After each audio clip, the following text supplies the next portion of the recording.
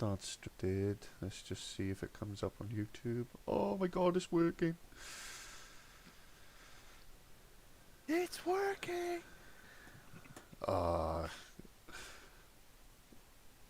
Look at the go onto the channel and look at the thing I made. Is it on the FDSR YouTube? Is it? Yeah. Yeah. It says, "Oh, Ready Player One stream starting soon. Insert 2 coins," which I was really proud of. I can't see it on my end. A minute, I'll check now. Oh, I haven't linked it up to the. Oh, right, okay, with you. Oh no, it's not linked up to the thing yet. Oh, right.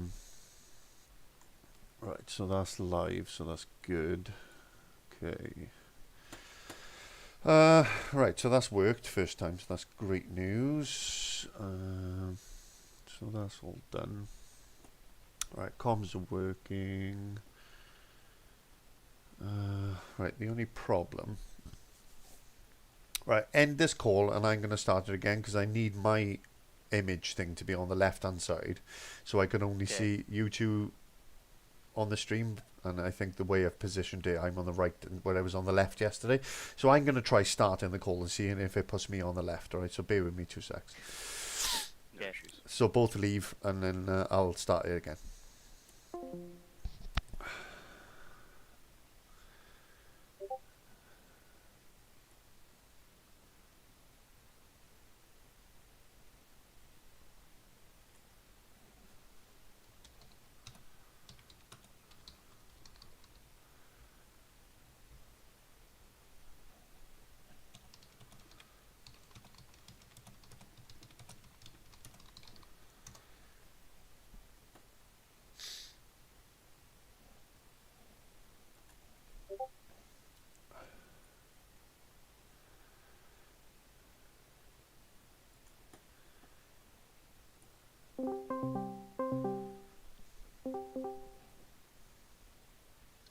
Yeah, that's worked now. So I'm on the left and you guys are on the right. So that's perfect. Good. We could hear you on the. Oh no, I thought there was a delay there. Can you hear that, Mike? That's on your YouTube channel.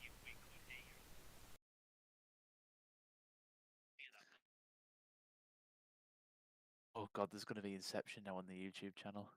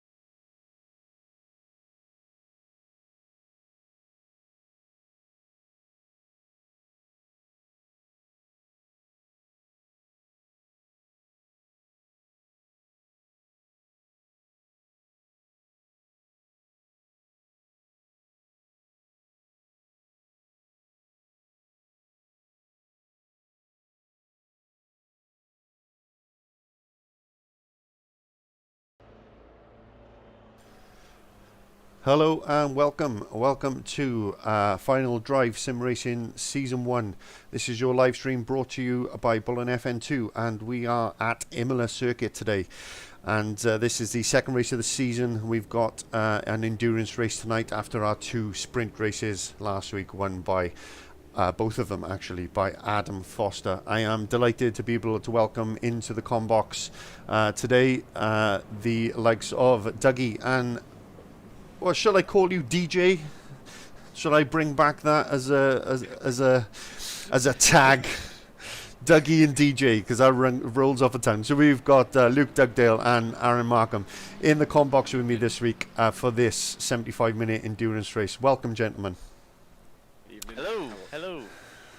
So, yes, this is race 2. I'm sure you all got an opportunity to see race 1, which was our 2 sprint races at, where was this? Silverstone, yes. Sorry, I couldn't remember then. I'd fallen asleep.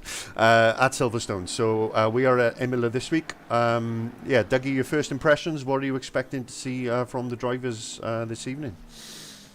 I reckon we're going to have some good close racing. The top 5 look close from when we looked at practice just then. So I think it'll be some good racing tonight. Obviously it's a bit of a different format with it being endurance this week, so we should mix it up. Yeah, definitely. Aaron, any thoughts? I think it'll be a decent watch actually. I think looking at practice, we might have 2 separate groups based on the pace, but looking at that top 5, it's fairly close, and I'm sure things will close up again during qualifying. So should make for an interesting race, especially with it being endurance. You know, that offers the extra sort of strategy, if you like. It's not necessarily all guns blazing. It's a different driving style. You know, it might suit someone who we don't expect in the top 5.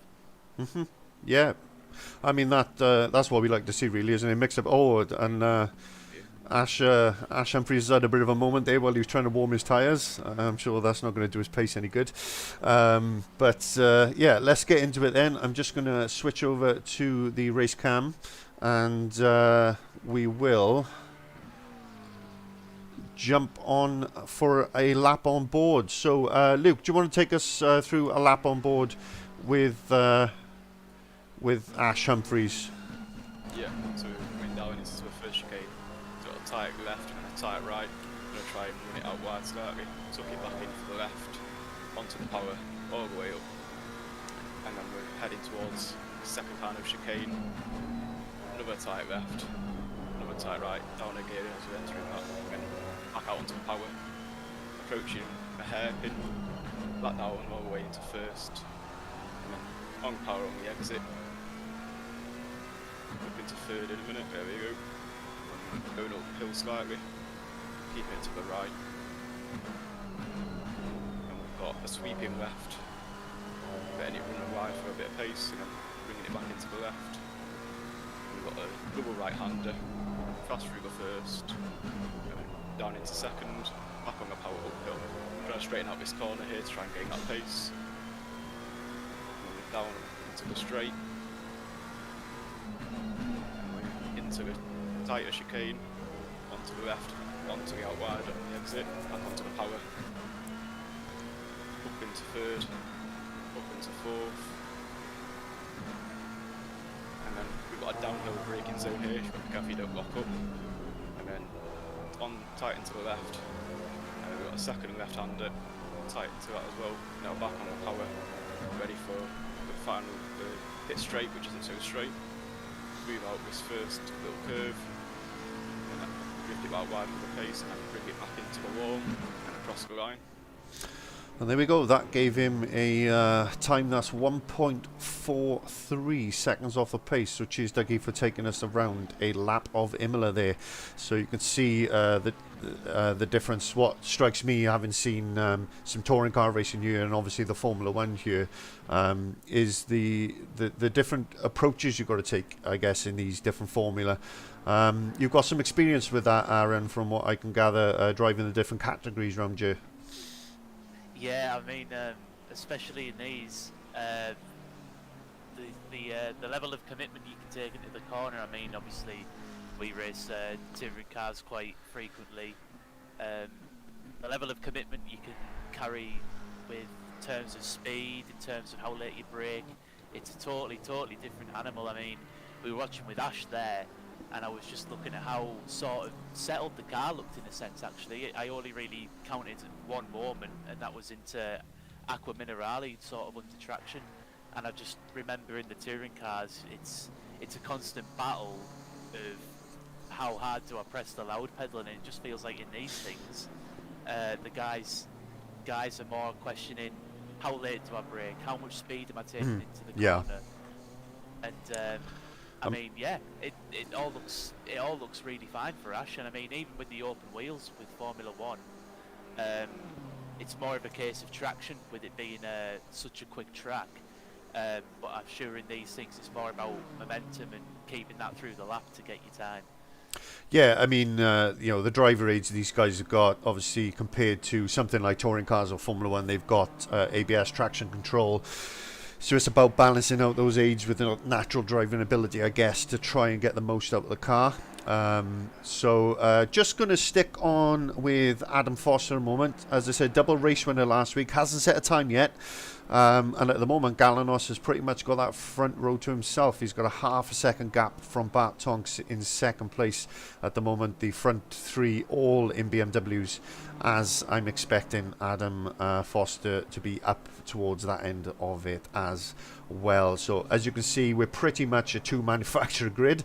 We've got I think it's in total 6 BMWs and 6 McLarens, and then you've got the one Bentley and the one Aston Martin, I think. And a Merc as well. Sorry, there's a Merc in there as well for Mr. Prescott. So just watching Adam Foster now as he comes around to complete his first flying lap of qualifying. And the track not particularly warm due to the time of day. That has a real impact on tyres, doesn't it, Luke? Yeah, so obviously it's going to take that a bit longer to warm up when tyres get them up to optimum temperature. So it just takes that a bit longer to be able to set ultimate fastest lap, I suppose, in the optimum conditions. Yeah, absolutely. So there's a newer tyre model on this. So that's just surprised me, actually. His first flying lap over a second off pole. Galanos really has put a great lap time in there. But while we've been talking, actually, Danny Ingle has gone only 2.5 tenths away from that pole position. So that's a great lap in that beast of a Bentley. But yeah, over a second. Yeah. I do wonder if Adam maybe took a slightly more conservative flying lap, if you like, in anticipation for this lap, knowing that the tyres maybe it's going to take that little bit longer to warm up, you know. Yep, your theory will be tested very, very shortly. Let's see if he can actually match that. So this is Danny Ingle. Dominic Ingle, I think it is, not Danny Ingle. Sorry, I don't know where I got Danny from. Dom is a very experienced driver in GT3s, and he moved over to PC a good while ago, and he's a lover of that big Bentley. So he is the closest man challenging Galanos, who's currently on pole position, and it's nice to see somebody sticking a cat among the pigeons, i.e. the Bentley among the BMWs. So he's just coming down now to that final double left-hander before the start-finish straight. Let's see if he can improve on his time again. Oh, somebody's giving him... Yeah. I'd like to think he's giving him the space he deserves because he's on a flying lap there, not just flying off the track for no reason. But time will tell. So let's just see. Different drivers hugging the inside wall there under the start-finish straights and leaving it out wide. I've tried both of these, particularly in touring cars, and I find hugging the wall, you can actually lose a bit of momentum. So although it's the shortest distance to the line, you're sometimes better off naturally letting that car run that little bit wider because you can carry more top speed. That's in touring cars. It's slightly different with these because they've got that extra downforce on the back. I think somebody did go flying off in the background there. Yeah. Didn't quite catch who that was, but yeah, they've had a moment. I think it might have been the Mercedes. Yeah, it was the same guys before, I think. It was the Merc, was it? Okay. So that'll be Mr. Prescott then, okay. No problem. So Bart has slipped down the order a bit. He hasn't been able to improve on his time yet. I think Galanos is sat in the pits. He's pretty confident he's done a job, but Wesley, if I can find the camera that's connected to him. No, doesn't exist apparently. Is less than 2/10 now, as is Dom. So the both of those less than 2/10 away now. Yeah, best lap of 1:41.7. So yeah, not a lot in it, and 2/10 in these cars is not a great deal to find. As opposed to where Formula 1 2/10 is basically an age. It's slightly different in these cars. As you well know. Being a Formula 1 e-champion, e-sports champion yourself, Aaron. Oh, tell me about it. I think this was the championship finale this round for me. What a terrible track for me personally. I think I must have spun out 4 times. Oh, I'm a big fan. I love this place. But right, let's run through whatever order the camera selector decides to put us through. So we got Bart. We've covered Bart. He's still half a second off. He's abandoned that lap there. He's on pretty much a 1:52 flat. We've got Mr. Prescott. He's in the pits there in that Mercedes. He had a bit. I think it was the Aston that went off. I can see the Aston in the background there. That yeah, because that Mercedes is bright. So he is basically 4 seconds off at the moment. And Galanos also in the pits. He's pretty satisfied with his job, so he doesn't look like making much movement anytime soon. The Greek driver staying put for the moment. So Wes BQS is currently in second place. He's in the pits as well. Ash Humphries is 7th. He is 1.8 seconds off the lead at the moment. So a bit of a gap from 5th to 6th and then 6th to 7th. So there's a sizable gap there. But we'll see. He could well have set the car up more for the race. Being an endurance race, perhaps he didn't want to compromise too much on his setup for qualifying itself. As with such a long race, is qualifying all that important? That's a debate we can have in a moment, gentlemen. Simpson currently yet to set a time, so showing as last place in that beautifully liveried McLaren 720S. You've got it's repeating through the same drivers for some reason. It's refusing to go to some people. There we are. Balsili, he had a bit of a disaster last week. I think he won't mind me saying. He was caught up in an accident in the first race, and the second race he had better pace, but still got caught up in a bit of nonsense. So didn't have the finish he probably would have wanted. Seems like he's much more on the pace this week, and it looks like this is more his track. I mean, quite frankly, I don't know about yourselves, gentlemen, but I think anything under a 142 around here is pretty rapid. So all these top 5 can be pretty proud of their lap times. But that 141.5 looks pretty handy at the moment, do you think, Luke? Yeah, it's quite a very strong up time, I suppose.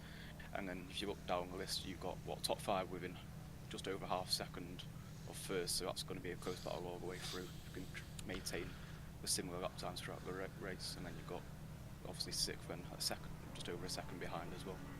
So we were just, I just sort of mentioned setup. So, what would your approach be? Would you compromise quality to have a better race setup, or would you, try and get the best of both worlds? What do you think you would? How would you approach the situation? I guess. I think I would take the approach of trying and get the best lap time in quality, trying and get myself as high up good as I can, and just try and maintain, I suppose, rather than killing the tyres off too early, pushing it too hard. I suppose just try and set myself into the race first and see how the race goes and let it pan out naturally. What about yourself, Aaron? It's a little bit of a funky one for me. I think I'd be more conscious of the tyres in the race. I think that might be the deciding factor. Who can keep the tyres in the best shape? I think qualifying's important. Imola's a track where it's very hard to overtake, but ultimately, it's no good qualifying first, second, and third if you're going to be killing your tyres way quicker than someone who's 4th, 5th, and 6th. Yeah, I mean, I've got a fair amount of experience in this, and I'm pretty sure most of these guys will be looking to do a pit stop. I'd be very surprised. A full tank in one of these will usually do you at just over an hour, and it's a 75-minute race, so there'll be some serious tyre and fuel conservation if somebody's going to try and go the distance. But we will see, I guess, and I'm just trying to pick out if anybody is still out on track. The timer has officially run down. So Adam's still trying to beat his time. He must be up. I was going to say he must be up because he's still going for it, and then he pulls over to the side of the track just to make me look a fool. So yeah, Shepard's still setting the time. He's about to cross the line, and there we go. They are your official timings. So you can see there's some comments there. Dominic Engel saying he's done better than he's expected. They're getting that Bentley up into third, so fair play. Fantastic, man. Yes, indeed. So just be a slight wait now while we wait for the race to start. So there's 3 minutes now for the guys to do their setup. So I've just got your cameras back up, gentlemen, so no sticking your fingers up to me. So yeah, pretty close in that top three. Very spread out around the rest of the field. Yeah, so I'm interested to see now what kind of race pace we get, and whether people will sort of bed into the race and What sort of find lap the times pace. are you expecting to see, Mike? What do you think will be the race pace from the get-go? I mean, it all depends on their strategy, of course. If they are going for a one-stop, I would imagine the top guys will be mid-42s with a sort of 55 litres will do you 30 minutes. So what we got, 2.5 times that. So they're going to need to stop once with, say, 70 litres on board, give or take, for each stint. Yeah, mid-42s. That's quite a quick pace considering the quali time we saw there, especially for Paul. Yeah, I mean, Galanos was, what, a 141. I don't think the race pace will be... I think, like, where in Formula 1 the race pace is, like, a million miles away because they got to look after the fuel and all that kind of stuff. I think on here you'll probably be around about a second off at most, and that'll come down as the fuel comes down and they'll get closer, because the tyres do tend to stay with you unless you really abuse them or if you go off track. So yeah, I think that is probably realistic, but I may well be proven wrong. Time shall tell. Yeah, so this, for those of you watching, this is a brand new league set up on Assetto Corsa Competition on PC.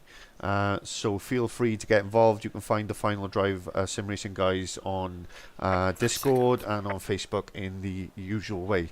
But thank you for joining us tonight. I am Bullen F, into your host. We also have Dougie and Aaron in the comm studio with us as well.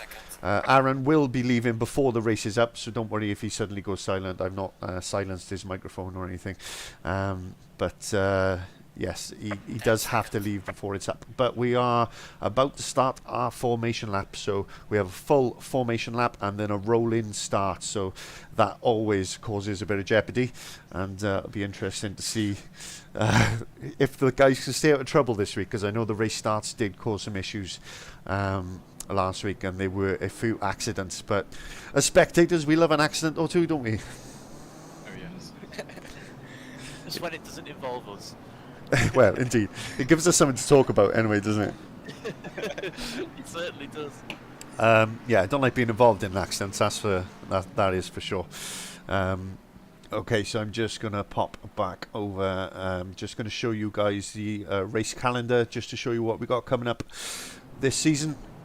So we are on our second race. As you can see there, we had our 2 sprint races at Silverstone last week, and we are endurance 75 minutes at Imola this week, and then next week we travel to Belgium and Zolder for 2 sprint races, another favourite track of mine, that is for sure.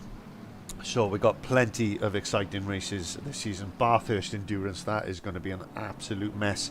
So I cannot wait to see what happens around there. You guys race Bathurst at all? Very, very long time ago. But Okay. I loved it. It was on, I think it was on Gran Turismo 6. So we are talking a very long time ago. I think I put it in the new season for TCSRL. Yes, you did. So yes, you did. you might need to practice.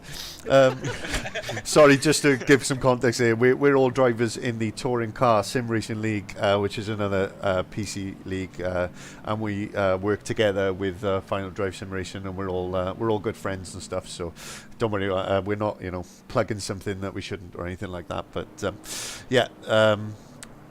That is what that is all about. So just quick view of the current Drivers' Championship. As I mentioned earlier, Adam Foster was a double race winner despite not qualifying on pole. He was a double race winner last week at Silverstone, so he's got the maximum 50 points.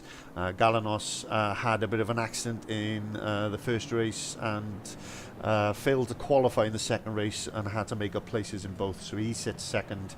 Bartonks is in third.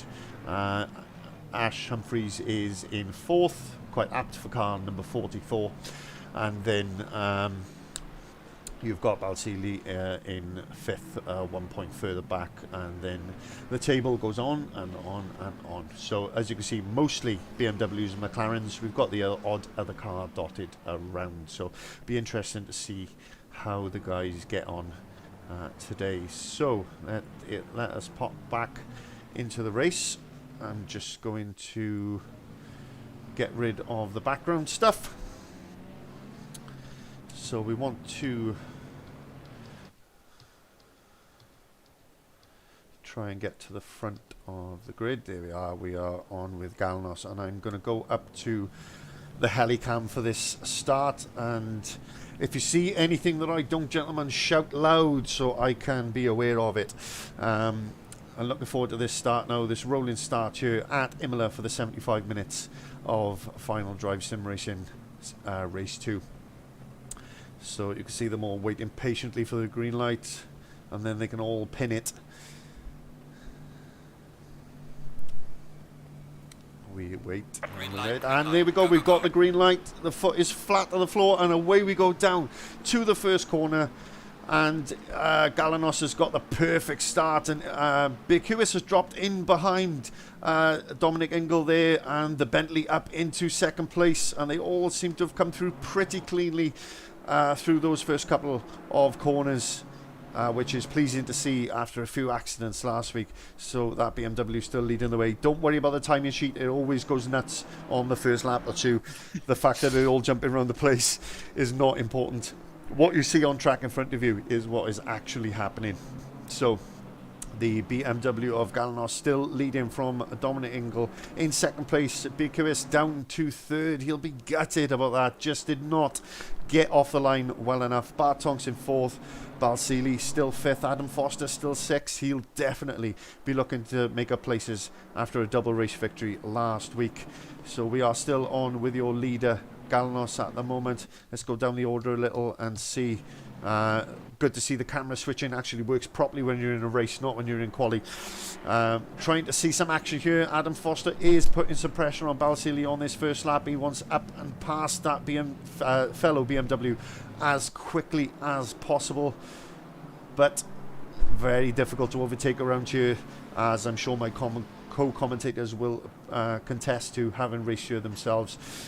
We are heading now down to the double left-hander, and Balsili, yeah, he's made a mistake and he's gone off, and that has got Adam Foster the position that he wanted. So big mistake there. What do you think happened there, Aaron? I think the number 585 might have got a little bit too greedy with Adam being busy in his mirrors there. And, oh, sorry to interrupt you, but I can see Clenneth getting very interested. Oh, he's made contact! Oh, he's made contact with the BMW, and he's knocked him straight into the kitty litter. Oh, he won't be happy with himself. We'd need to see a replay of that, but I don't know whether he moved in the braking zone or whether Kenneth Boer got his braking very wrong. But that was a big accident there, wasn't it, Luke? Yeah, it's always a shame to see, I suppose, especially in such a long race ahead. Yeah, fingers crossed he can at least get himself back competitive. It looks like he's about 3 seconds off the back at the moment, but the timing screens do have a habit of not updating very quickly. Just heading to the front, Dominic Ingle has not only done the fastest lap, he is very, very close to Galanos and keeping him honest at the moment. That gap Galanos had in qualifying looked like it would be telling in the race, but Dominic appears to have some pace in that Bentley in the early part of this race, and perhaps he thinks this is the best time to try and get past Galanos before the race gets strung out over the 75 minutes. Pretty close between those top three though, Luke. Yeah, it is obviously keeping up with each other here, so I suppose before we get too spread out in the middle part of the race, we've got an opportunity now to try and really drive in front of them down to make that move if we want to. What's the slipstream like around you, Aaron? It wasn't that powerful in the touring cars. You couldn't really feel it until the end of the straight. But I think these guys tonight will certainly get a bit more benefit than we did. Yeah, I think I agree. It's the rear downforce. You don't run a lot of it around here, but it does make a difference. And the more you can strip off, the better. The more slippery the car will be, particularly following. So Galanos has taken fastest lap away from Ingle now, and he's now purple for that lap too. But Ingle not going away, that is for sure. But Bierkus he has dropped off the back of this fight for the front two. It might not look like a lot, but that 0.7 of a second is a pretty sizable gap. Another second back then to Bart Tonks, who is currently in 4th position in the number 33. And Adam Foster then 3 seconds off these guys. He's managed to get past a couple of cars, but still he admitted to me in an interview before the race that he does not like this track, and you can see that he does not look comfortable, particularly in this BMW, which he is new to. He's traditionally been a Ferrari or a McLaren man, so the BMW a new car for him as well. Ash Humphries currently sat in 6th. I think I said the same last week, but I'll say it again. The number 44, I expect him to become more and more confident as the race goes on and find his pace. The car directly behind him, the number 22, is his brother, Damian Humphries, and he's also in the McLaren, and they are pretty much matching each other for pace in this early part of the race. And then you've got Kenneth Boer, who had that accident with Balsili in the BMW in that first, just after the first lap, wasn't it, into the first corner. We've got Dan Stevens then, who's currently in 9th position in the one and only Aston Martin. Beast of a British machine there. Weavers in the McLaren is in 10th position. Balsili, who had that tap, should we say, from Kenneth on that opening, the opening of the second lap into the first corner, has made up a few positions. He's got himself back up to 11th, so he's still on for a decent points haul, and it is, after all, what as we said, a long race, so as long as he hasn't got too much damage to his rear diffuser, I think he'll be okay to make up a few positions. And you can see he's getting pretty close to Stevens now. It might be a move on as you come up the hill. He's really closed that gap quick. He darts out to the outside. Where's the overtaking opportunity going to come? Is it going to be on the inside? Is he going to make it stick? Oh, he just backed out of it. Yeah, he's had a bad one, and he just tucks in. Yeah, I think you're right there. The Aston made a mistake, and then he just tucked in. Say that again, sorry. Somebody spun. Oh yes, yeah, it's Humphries. It's Damian Humphries, and it's lost him because he's there. He is. He's now in last, pretty much. That's a shame. In the 22. Oh, he won't be happy with that. I know he won't. I know this boy very well, and I know he will be majorly frustrated with that one. that is for sure. Right, so we were just making our way through the field before he had his little moment. So where were we? Yeah, so Stevens got out of the way of Balsillie, who's back up into the top 10. But look at those gaps. You can already see Clarence nearly 9 seconds back, then 6 seconds of Balsillie, then yeah, so it's going to be a long road back for Balsillie. Oh, he's got himself up to 8th actually with those accidents. Sorry, it takes a while, gentlemen, for the timing screens to actually update. It doesn't update immediately. It's when they go over a timing, like a sector marker. So that's why sometimes, yeah, so it's difficult to keep up sometimes with who's where, particularly if there's lots of action. But anyway, so yeah, Balsillie's got himself up into 8th, which is a decent show. But as it gets more spread out now, he's going to have a lot more work if he wants to get himself back into... Where did he qualify, gents? Was it 4th or 5th, I think, wasn't it? It was about there, I think, yeah. Yes. He wasn't quite on the leading pace. So Speaking all in of all... leading pace, though, I think... Sorry to interrupt, Mike, Not but at all. just keeping an eye on that battle at the front. Looks like Dominic's lost a little bit in time. I think 2 laps ago he was 6/10 behind Galanos, and now it's up to 2.2, so there might have been a little mistake in there that we missed. I think we can safely assume there was a mistake because he's got the purple, so he's done the fastest lap on the previous lap. So he's obviously made a mistake on this one to have lost that much time. I mean, basically 2 seconds at the end of the lap. That's a huge gap and a big mistake. So now... Certainly brought Big House back into the battle. Yeah, definitely. I mean, I'm interested to see whether that big Bentley will start to struggle as the race goes on. Galanos takes the fastest lap as well. Yeah. If you were to make a prediction, who would your 50p be on, I suppose you could say? Obviously a big prediction in a long race, but who would you say for a race winner? Myself, based on what I saw from Galanos last week, who was very unlucky and had a lot of pace and kept Adam Foster very honest, and I know Adam's a very quick driver.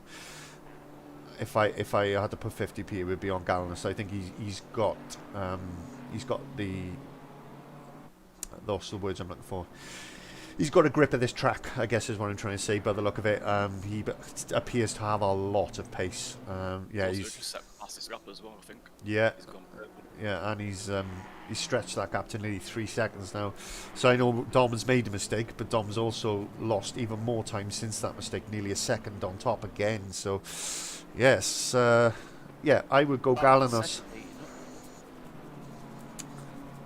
I would go Galanos, but I will say he did struggle last week. He did have some incidents. He did had a bit of bad luck, but he did seem to struggle for consistency. So can he do it for 75 minutes, I guess, is the big question, gentlemen. It's a long race. It's about trying to keep that concentration as well as obviously keeping the car on the track as well. It's about the human as well as the car. Yeah, absolutely. So just looking like through... might have made up a little bit of time, Mike, with being 4/10 behind Weavers. Yeah, we'll just pop... That might be a move that's happened. Seems to have gapped a little bit there since maybe they went over the time. Yeah, that's the problem. It looks exciting, and then you get to it, nothing's happening. It's always a little bit behind, unfortunately. It just keeps us honest, doesn't it? Yeah, but what I will say is Bart Tonks appears to have closed the gap. They've just gone over the timing thing, so they should be... Yeah, he's quite close now to Biakuis, who's dropped back from Ingle. So it looks like Tonks and Biakuis are going to have a bit of a ding-dong for that final podium position. So equal machinery, obviously full setups available on this, as opposed to some leagues where you're not allowed to set up the car, for example our touring car league. But in this league you've got full reign for the setups. You've got to put the practice in. You've got to put the hours in to get to perfect your setup. So although they've got equal machinery in terms of power and what's available to them, these two will be running very different setups, very personalised to them. So it'll be interesting to see who's managed to tune that car in, I guess, to their driving style the best. Because it can make a heck of a difference, can't it, Luke, with that setup? Yeah, it's about trying to get that setup obviously perfect for the track, but also perfect for the driver as well. And if obviously each driver has a preference to how to have the car, whether obviously like it slightly looser, whether obviously you liked it very downforce and sticking to the road, and I suppose it's that way off between obviously getting that downforce and everything else. So Yeah, yeah, absolutely. Just checking. Yeah, so that's come down another 2 tenths now. So I think he's got a bit between his teeth, Mr. Tonks. He looks like he wants a bit of that. Just a little bit of a moment there. yeah, a little kick of dust there as well. He's definitely pushing, I think, isn't he? Absolutely. This is what you want to see, though. This is what streamers and spectators alike live for.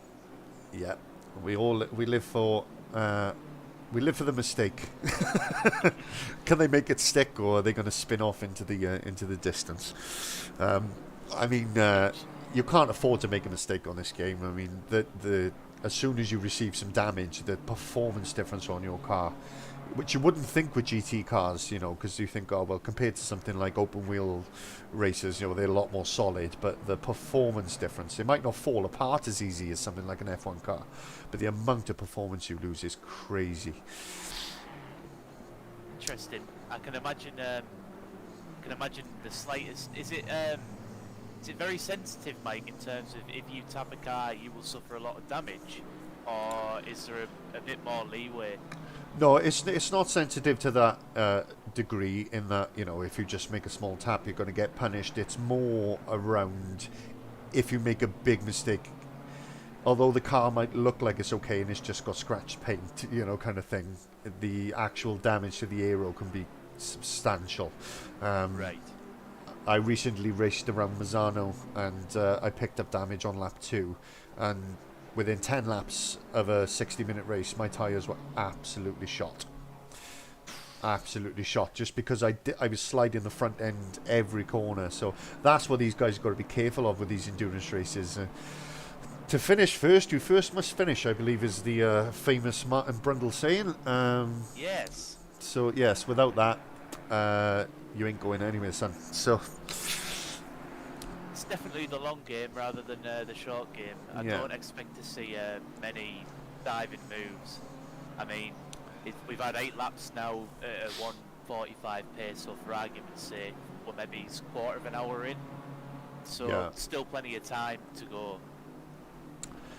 Yeah, indeed. And just looking, I think Biakiris must have made a mistake and was then perhaps just off his game a little bit for a lap or two, because not only is he stretched the gap to Bartonks, he's actually closed in a little bit on Dominic. So I think Wesley Biakiris was having a moment, shall we say, which appears to be over now, and he appears to be catching that Bentley.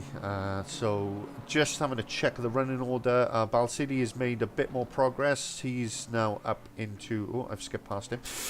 He's now up into 7th. So he received a bit of a love tap, should we say politely, from the gentleman behind him, Kenneth Boer, into the first corner on lap 2, and went from, I think, 5th down to last. But he's made his way already 7 laps later up into 7th position. So a great recovery drive from him so far, which isn't easy to do, Luke, is it, when you've been hit unexpectedly by another driver? No, exactly. It's always, I suppose it's one of them where you don't, if you don't feel it's your fault as well, and you get punted off it, I suppose it can be quite frustrating. Sometimes frustration and driving doesn't mix too well. No, it's easy to lose your head, I guess, isn't it, Az? Yeah, definitely. I know I have a few times. All I'll say to you is Nürburgring, and you'll know exactly what I'm talking about. The Vietnam War flashbacks are happening in your head right now, aren't they? You weren't there, man. You weren't there. Great stuff. So, yes, welcome back to actual sim racing, viewers. Sorry, we like a bit of bants. So here we are, and we are on the 10th lap. We're 9 laps in on the 10th lap of your second race of the season at Final Drive Sim Racing, and still leading this race at the moment is your Greek god, Galanos. He's out in front. He's got a decent lead, I will say, since Dominic Ingle made that mistake, which basically made that 3-second gap. It hasn't really got any bigger or smaller, has it, gents? So perhaps Galanos preserving his tyres, or has Dominic found a bit of pace? What do you think? Could be a bit of both. Yeah. I think what we're seeing, looking at the timing screens, is Dominic certainly has a quick car in a straight line, because there's 3/10 straight away, and then by the middle sector that gap's back up to 2.8, 2.7. So I wonder if he's just struggling a little bit where it's maybe it's a bit more downforce friendly, if you like. Yeah, it could be. Perhaps he's preserving his tyres through the corners and just using the grunt of the Bentley down the straights to keep himself in check, keep himself in touch as well, I guess, with the driver in front. It could be a bit of gamemanship going on, maybe. Could be. We certainly can't write it off, especially with an endurance race. Yeah, definitely. I mean, Dougie, what do you think? Do you think, I mean, the Bentley certainly got more grunt, but do you think Dominic might be playing the long game? I reckon so, because as I said before, sometimes it's just worth waiting the race pan out and maybe just try and pick your time more than pushing too hard and just saving them tyres a little bit and push harder when the other driver can't push as hard, I suppose. Yeah. You can see there, going into Aqua Minerale, taking that right-hander, Galanos seems to take a bit of curb, and Dominic was sort of shying away from that. So I wonder if he's actually just struggling to get the car turned into some corners. Yeah, but I mean, over the last two sectors, look, he's got that from 2.9 down to 2.1 now over the last two timing sectors. Yeah, it's been a good lap. So, even though he appears to be driving more conservatively, that gap is actually coming down. So, could it be Galanos has made a mistake? Yeah, he is, yeah. I guess it's always easy to be the following driver, isn't it? Because you can see what works, see what lines are working for the other guys. But yeah, these guys doing. Yeah, we talked about lap time, so let's bring that conversation back up that we were talking about, gentlemen. Dominic Ingall's last lap time was a 1:42.2. Just to interrupt there, you can see actually, third has actually just set the fastest lap now and took it off Galanos. Yeah. So yeah, a 41.9. So you thought that was going to be an ambitious declaration by me. What do you think now? I think everyone's certainly pushing. I think I have a feeling that Galanos might be just conserving his tyres a little bit, and these two guys are probably going to try and fight to close up the gap, which really is only going to work in Galanos' favour when it comes to the pit stops, because he's going to have that little bit extra in hand. I know Ash Humphries pretty well. This guy here in sixth position in the McLaren. I know he tends to be a bit of a conservist in he'll conserve his tyres, conserve his fuel. I wonder if he is perhaps on a different strategy. He may well be. I don't know. I mean, I don't know anything more. He's not that far behind, and based on his quali pace, his position is about right. If you take Balsili's accident into account, he'd be 7th. But I wonder if he is perhaps... He's driving very smoothly, we can see. So I wonder, is there a bit of conservation going on? Let's jump on board with him. Let's see how he's driving.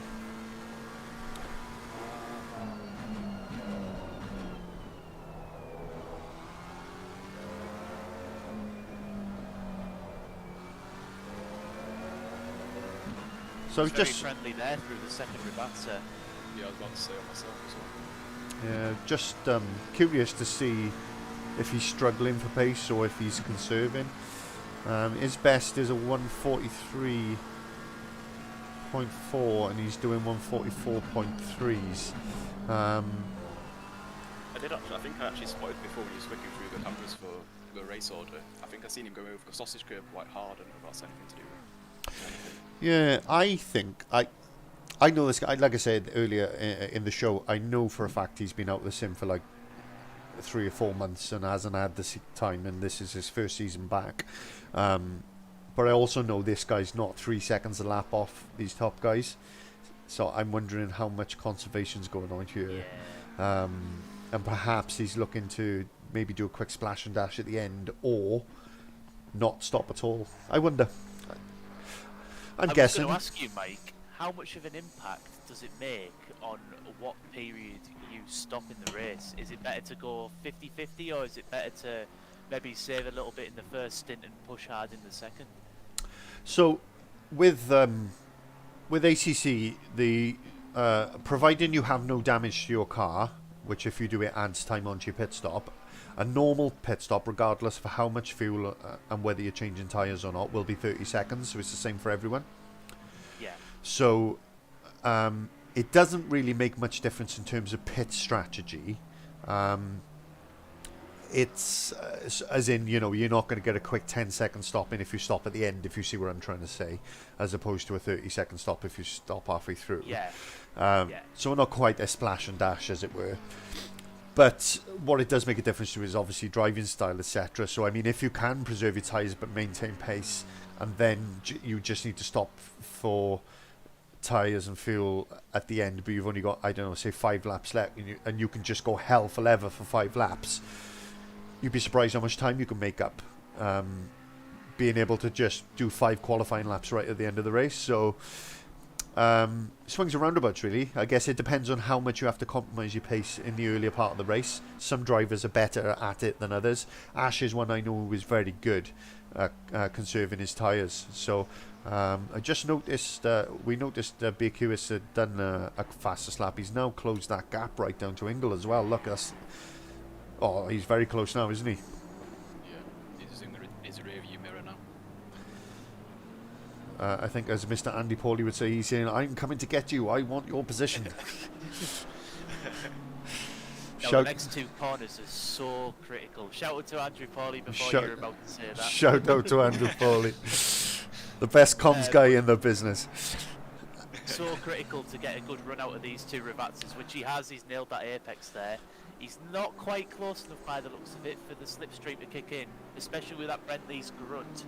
Yeah. I think he probably needs another 2 tenths to start feeling the benefit of that. Yeah. And you can see there he's actually dropping time even in the slipstream, which Yeah, is quite phenomenal. That Bentley's looking quite slippery down the straights, isn't it? I think the double left-hander, the 2 Ravazzas at the end, people have a tendency to want to carry too much speed through the first one, and the minute you do that, it compromises the second one, and that's it. Then you've had it. Yeah. So that is what you've got to be careful of. Dougie, how did you find the Honda around here, especially out of the traction zones like the second Ravazza? I didn't find it too bad, but nowhere near good from the pace.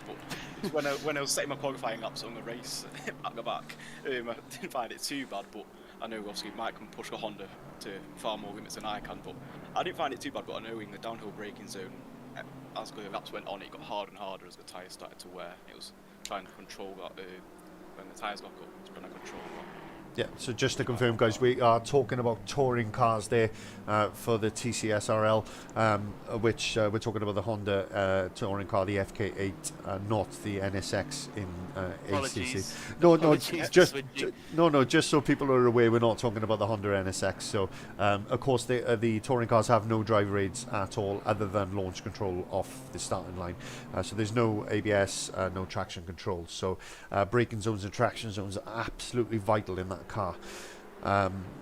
But they're also vital on this game, because although you have those aids in these GT3 cars, they're there to stop you making a mistake, but you want to be able to not use them. Do you understand what I'm trying to say there, gents? Yeah. You want to have the traction naturally, where you don't need the traction control to kick in and save you.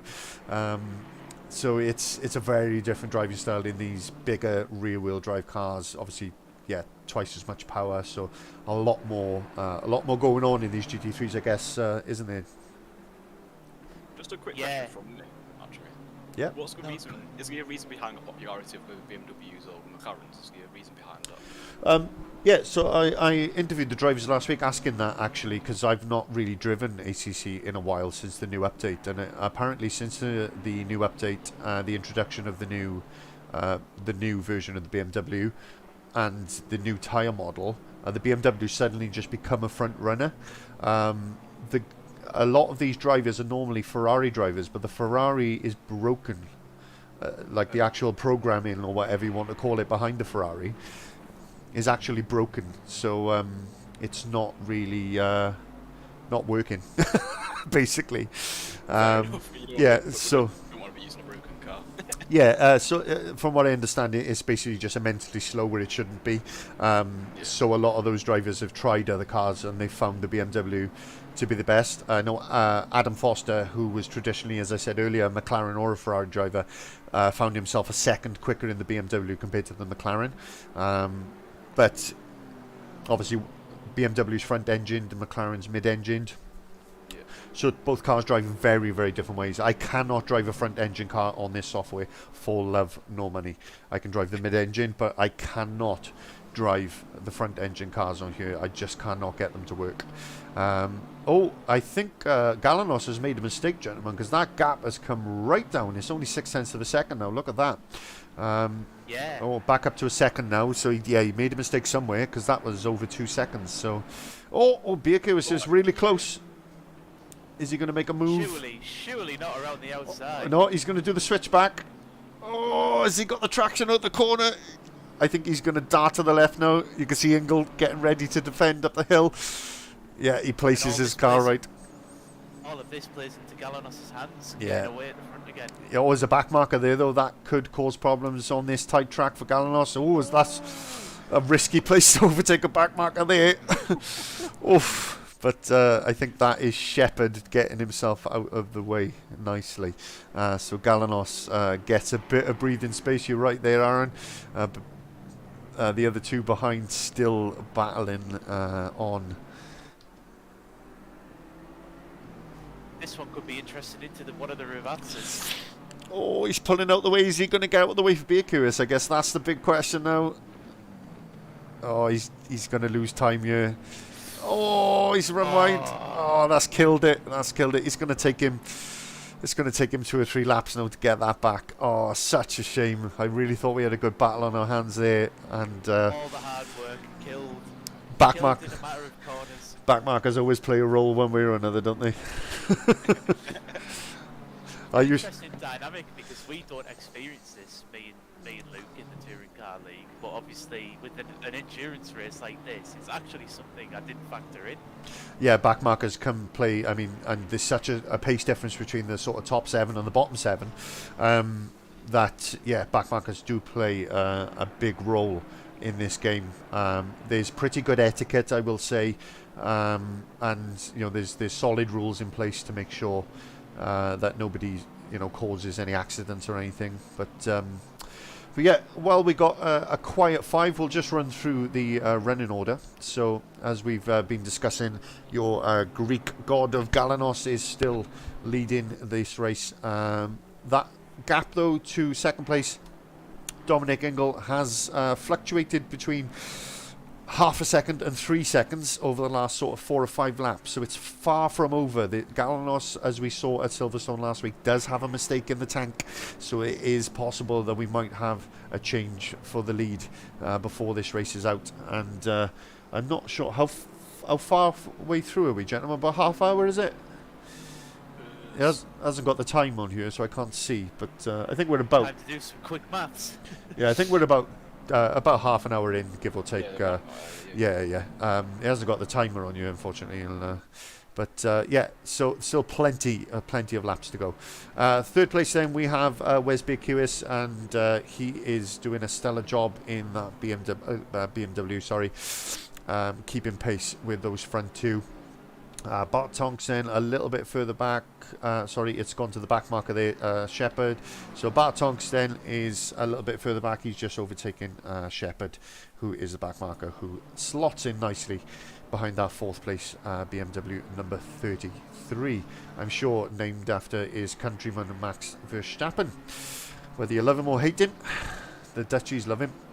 That is for sure. And it's just jumped to Mark Shepherd there because he's next in line. But Adam Foster is your 5th place driver, your double winner for the 2 rounds at Silverstone last week. But he is struggling for pace around here, not able to keep pace with those front guys. So he is 11 seconds off the back of Bart. So those gaps, just in case you're wondering, are to the car in front. Oh, little mistake there. That would have been really costly if he'd had a spin there, guys. That is for sure. Yes. What was I saying? I can't remember. Anyway, moving on. Ash Humphries is your sixth place driver, and in the number 44 McLaren, he's bested his lap time. He had a 1:43.4 at one point, but he's sitting nicely there. Yeah, sorry, the gaps, that's what I was talking about. The gaps are to the car in front, not from the leader, which is why they're all different, just to put that into context, if anybody was wondering why they're all jumping about all over the place. So Balsiri, Scott is currently in seventh place. He qualified in, I think it was fifth, was up into fourth, had a little tap, ended up in last, and has, after about 9 laps, he fought his way back up into seventh. But that is as far as he has got. His lap times, I think, are pretty much the same as Ash Humphries. Yet not much better. He's about half a second a lap quicker than Ash at the moment, actually, but he's got a big gap to make up. Eighth place, you have one of the founding members of this league, Clenneth Bower, your delightful Dutchman. Oh, bit of a lock up there. I seem to go on to drivers when they make a mistake, so a commentator's curse has taken on a whole new guise today. So he currently sits in 8th position in that number 900 McLaren. The reason his front end is battered is because he hit the 7th place Balsili earlier on in the race, causing damage to both cars. So I think that's probably why they're struggling for pace a little bit. But just keeping an eye on Balsili's gap to Ash Humphries. That is coming down. So I think towards the end of the race, that might be a little bit of a battle for that 6th place. But we will keep an eye on that one. Stevens is currently in 9th in the Aston Martin, the one and only Aston Martin. He's listed himself as an amateur, but he's certainly not driving like one.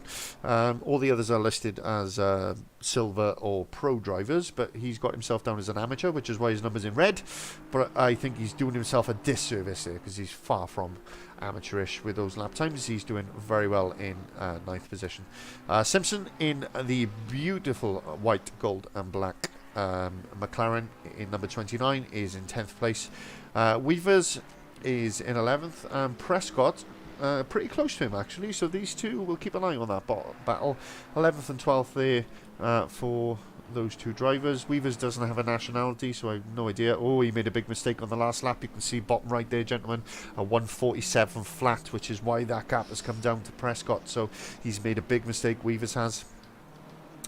I wonder if lapped cars could come into this. Dougie, what do you think? Do you think, obviously the leading pack are catching these, what would you do? Would you try and pounce on maybe he's trying to follow the leading guys through, catch your opponent off guard? Potentially, I suppose it's just one of them. They're a big factor, obviously, to leading cars. Big factor, and you're looking at third and second here. You can see third is cutting down that gap to second. So obviously, as we've seen before, back markers can have a big impact, such as we've seen with third, but where his pace seems to be increasing now, catching second. So I just wonder if Prescott might try and sneak through with the leading pack and sneak up on Weavers when he's not expecting it. It's been done before. We've seen it in Formula 1. It's a sneaky move if you can get it done. That is for sure. So just to round off the drivers, we got Damian Humphries, who's in last place. He's 2 laps off the back of Shepherd. He is the driver we saw spin, I think was on lap 2 or 3, gentlemen, wasn't it? It was quite early in the race, wasn't it? Yeah. So I'm assuming he's had to pit for new tyres and so on. So that'll be why he is basically 2 laps off the back of everyone else. Oh, he is. So that's an early pit stop. Good spot there. Thank you for that. Yeah, so his last lap was a 2:01. Now, I don't know if that includes coming into the pits or if he's made a big mistake. No, he's not far enough back to have made that much of a mistake, is he? Because that's 20 seconds. Or maybe he is. Maybe that's why he's pitted early. Maybe he's made a mistake. Maybe we missed it. Who knows? I think the time you've been running through the driver order, I can see the gap between now second and first has dropped by about a second. It was about 1.8 seconds when you first started going through the driver order. Yeah, and I think back markers playing their part there, actually, causing that, because you can see they're coming up to lap now. They've just lapped Prescott. They're coming up to Weavers. So we'll Aaron Markham's prediction come true. Somebody's just pulled right off the track and out the way there of the back markers, which Looks like is the white and gold McLaren. yeah, that'll be Shepherd then, I believe, or Simpson. And Clenneth also just getting well out of the way there. No, Weaver, sorry. Weaver's getting well out of the way. Sorry, him and Clenneth have the same livery, so I do get confused at times. Dominic had a little lock up there into Variante Elder. I think he was a little bit caught off guard by the back marker, so maybe his beak house can capitalise on this. Yeah, it's so easy to do in this. You're trying to concentrate, and the back markers are doing their best to get out of the way, but it doesn't matter how hard they try. You do get distracted by them. Even with the best etiquette in the world, you do get distracted by them. Yeah, that black gap. and orange flag being waved Yeah, there, black Mike. and I orange wonder who flag, that was for. Somebody's. So that is usually for parts hanging off your car, isn't it? Yeah. Yeah, because black and white is driving standards, isn't it? Yes. Not checkered. Yeah, so black and black and white with a half through is driving standards. Black Yeah. with an orange circle Is- your car is dangerous. yeah. Fix So it. who's got that then? I thought he might have been contact before when not kind of the guy with the same livery. I think there was contact before. Because But that it has anything to do with that. normally on this game that enforces race control enforces a pit stop on you, so you have to stop within 3 laps. So we haven't seen a message. Oh, big mistake there from Yeah, Prescott. big moment. Oh, I thought he was going to lose it, but he just kept hold of it in that interestingly liveried Merc. Interesting is about as polite as I can be about that. It's very bright. It's very bright, that's for sure. Yeah, so it'd be interesting actually, yeah, to see who is receiving that. Is it? It can't be these front two because they haven't got a mark on them. It doesn't look like it was being waved there for Weavers and Prescott, but then I that think would mean it would be one of these front two, which would be funny. Let's keep an eye on it. We'll stick with these. I mean, they're battling anyway. There's less than half a second as they're coming up towards the finish line now, and to start lap 24. Weavers in the pits. There we go. Yeah. So it would have been Weavers then. Okay. At least we've got an answer to that, gentlemen. So, yeah, Weavers into the pits, if I can Is it get him. Weavers? You've got McLaren. That's it. That's the McLaren I've seen have contact before with Bentley. Yeah, Pulled okay. off to the side, I think, to do with Right, so yeah, he's probably picked up some damage there, which is a bit of a shame. So, where's Galanos come out then? Galanos has come out in 8th position. I'm trying to find him. There he is. Halfway mark, still a long way to go. So, Clenneth hasn't stopped yet, so I'm sure he'll want to get past him as soon as possible, because that'll then give him, what, basically 20 seconds up to the next car, which is a nice bit of clean space to go and take advantage of after his pit stop. So yeah, it'd be interesting to see whether he stopped tactically or whether he made a mistake, but we'll have the answer to that. To Tamburello. This looks very close.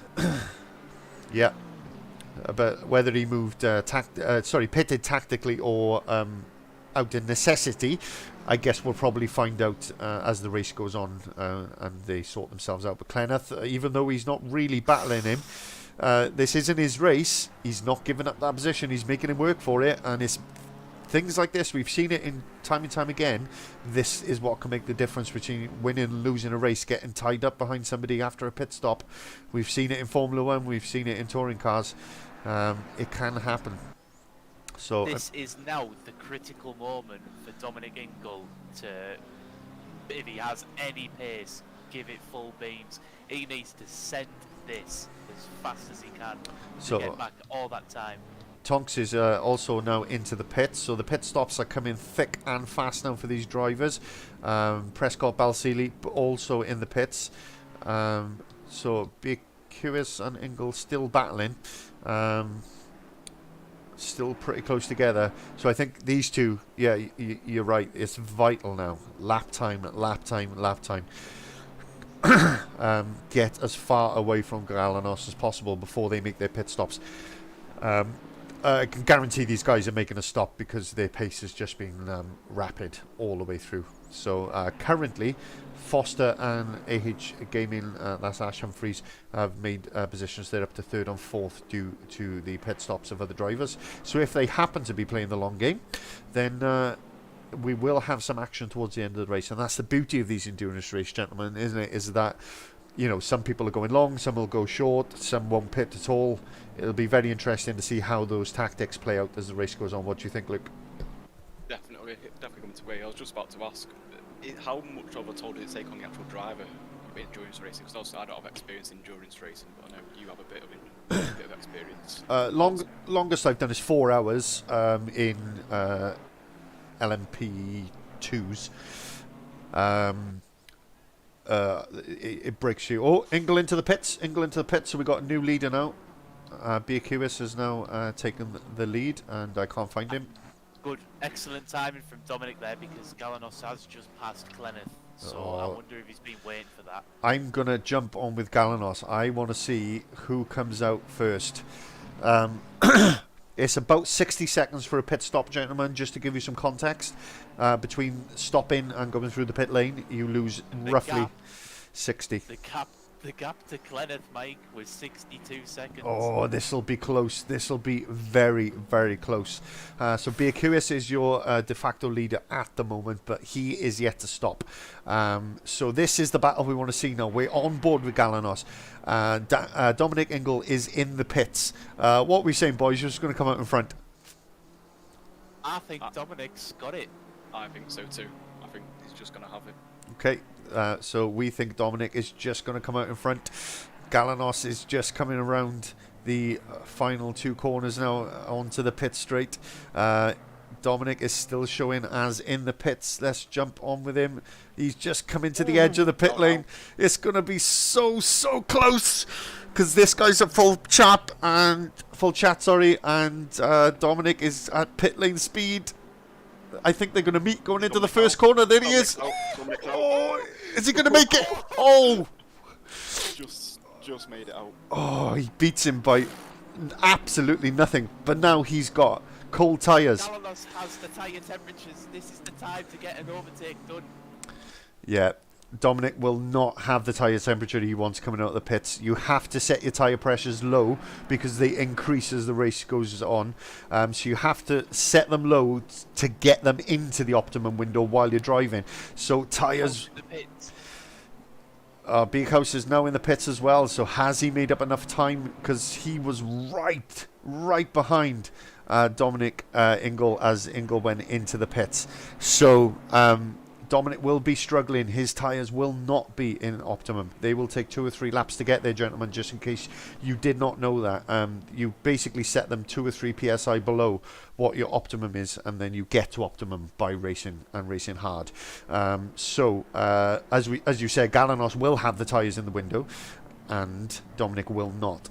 But you can't get past. No, go for it. What's the difference in pace and with cold tyres versus the optimum tyres? How much time difference is there? You don't get a huge difference in pace. You get a huge difference in performance and sliding, the way the car drives. Sorry, I just noticed that Ash Humphries Gaming has gone into the pit, so he's not going to the end, so I was completely wrong on that front.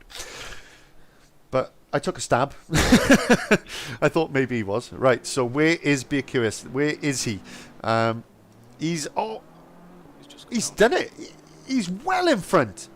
In front. What a result for him. He's got out the pit in absolutely no time at all.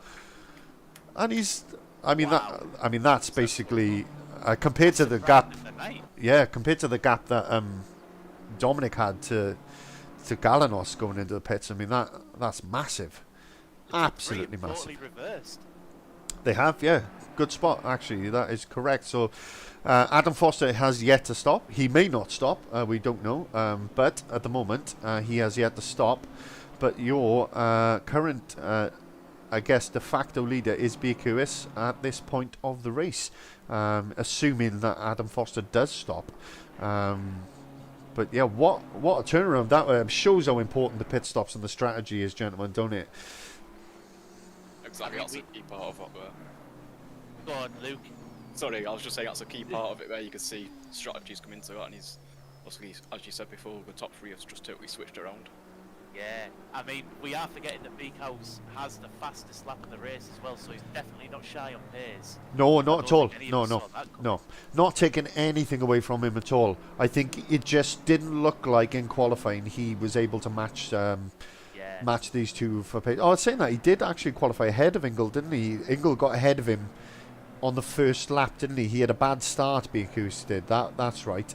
He had a really poor start. We've lost some drivers as well, actually. I just noticed we're down to 12.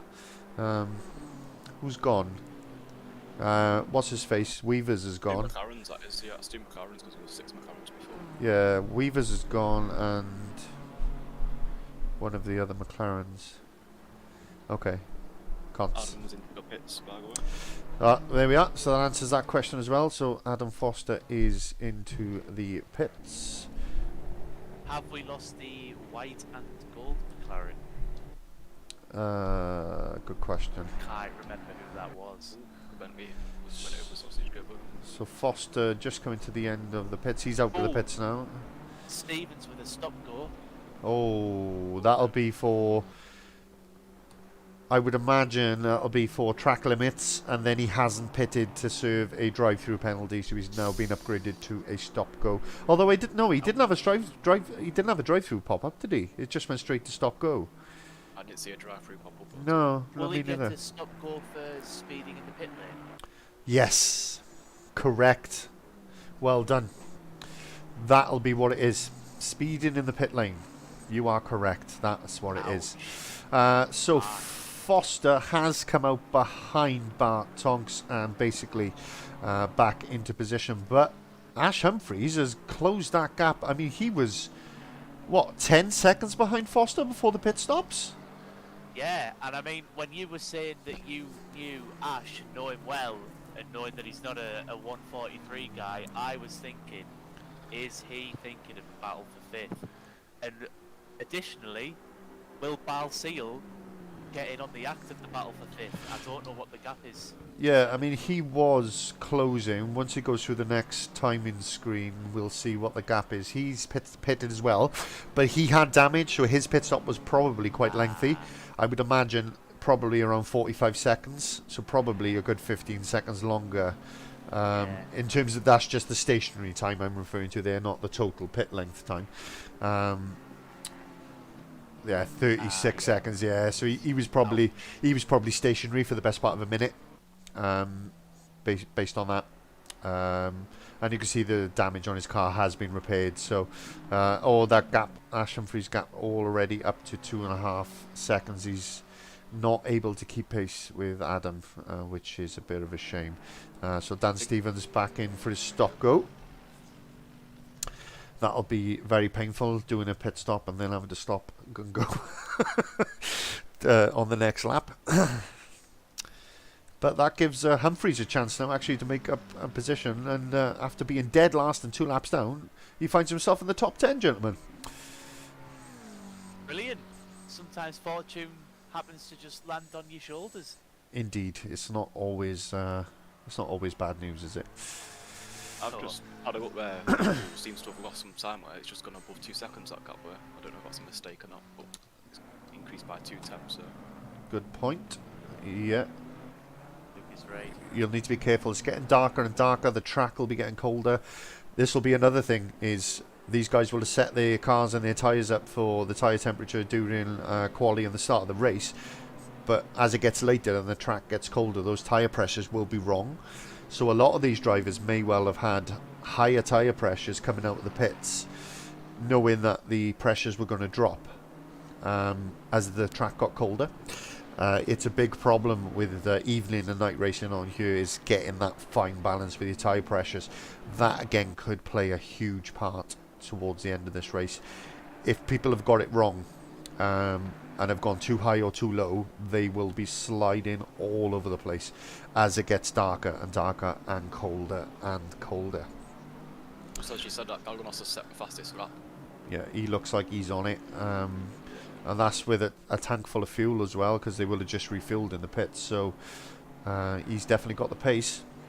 Mr. Greek man. Again is losing time as well. Yeah. Ingle's Ingle seems to be dropping slightly. Yeah. Has he got his tyre pressures wrong? Has he messed up his setup? But I mean, his best is half a second slower than Galanos's. So Galanos must have made a few mistakes on those last few laps, because we saw the gap come down, didn't we? And then he went into the pits. So those last few laps where he went into the pits basically have cost him the lead here. And not only cost him the lead, but second place as well. Absolutely. Just out of curiosity here, Mike, how much of a difference does attacking the speed bumps make mechanically to the car? Can that actually damage it in the settle course, or is it more of a just how committed you want to be, whatever you deem it? Yeah, I mean, if you consider, like, you know, those massive sausage curbs at Spa, if you go off into what's it called? The one at the end of the long straight, the little chicane thing. What is it? Yeah, I know what you mean. The one at the end of the Kemmel Straight. Yeah.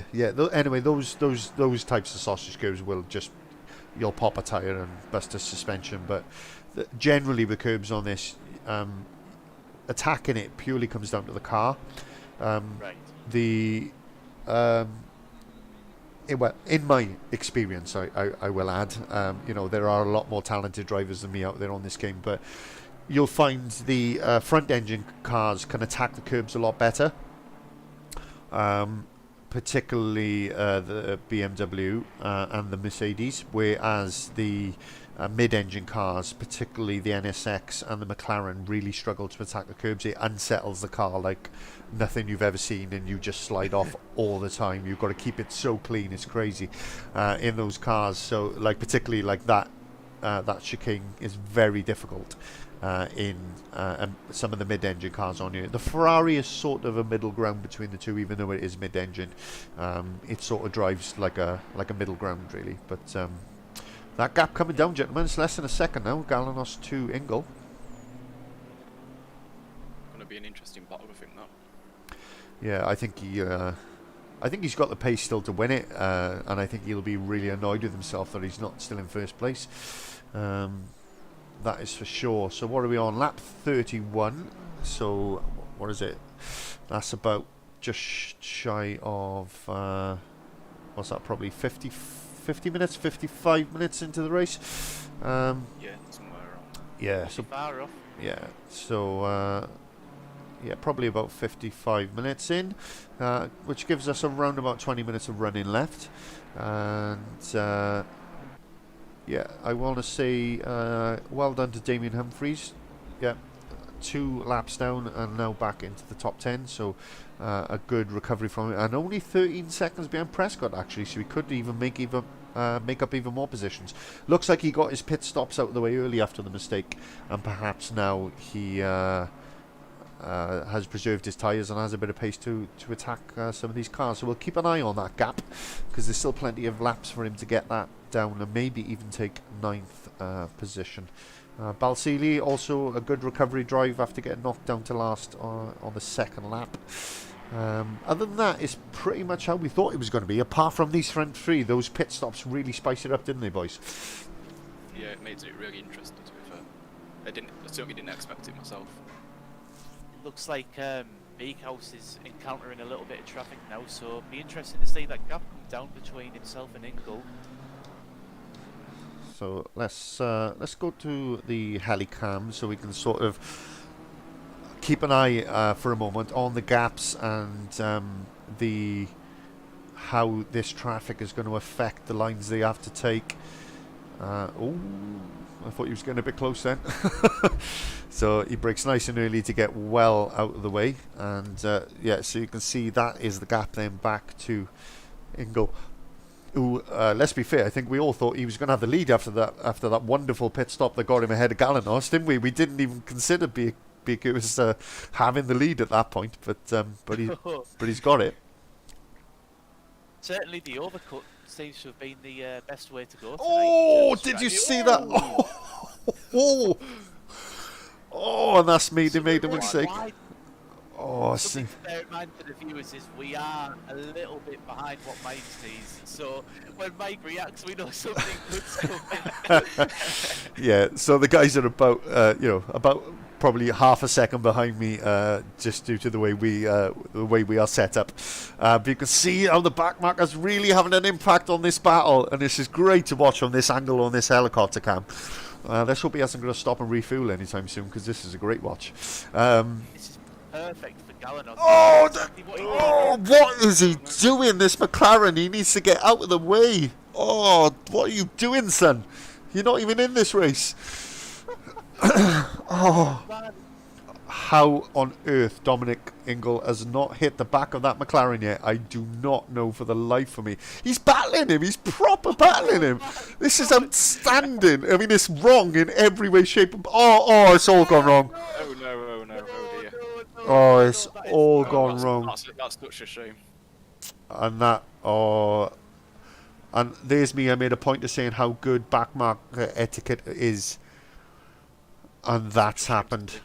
Oh, that is absolutely devastating. We had a real battle on for first place there, 3-car battle, and that has been taken away from us. And What a shame, Dom. Dominic Ingle, if you watch this back later, commiserations, my friend, because you did nothing wrong there. That's so unfortunate. Backmarkers need to make space. They need to have good etiquette. They've got to pull out of the way. Blue flags are so prominent and evident on this game, regardless of what driver view you use. There's no excuse for that. That's poor form. Yeah. That's poor I form. mean, it's never over until the fat lady sings, but you've got to feel for Dom. I can't see any way back from this now. I mean, I'm not a lady, but I'm fat and I can sing, so...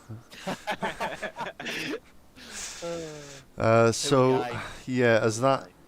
Where's that put him now? Yeah, so that has put him down in 4th.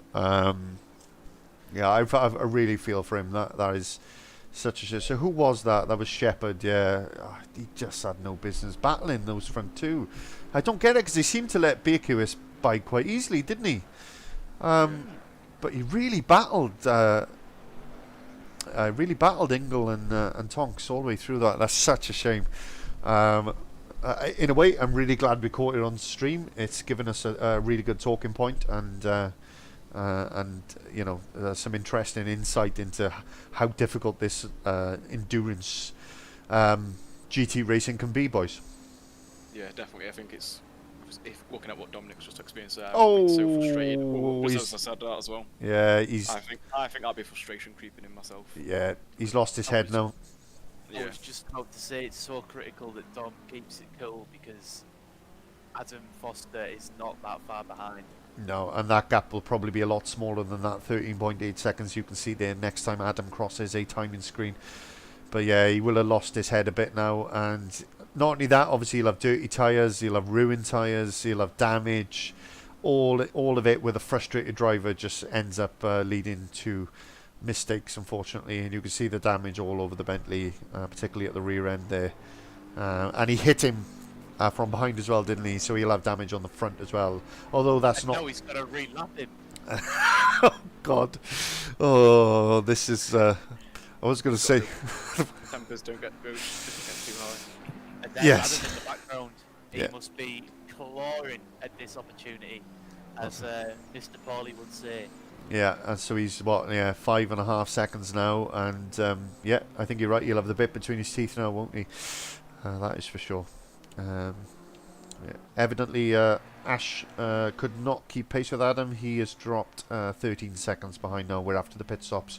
It was down to a second, so it looked like he'd made the right decision with his strategy, but it does look like he hasn't quite got the pace to stay with Adam on this occasion.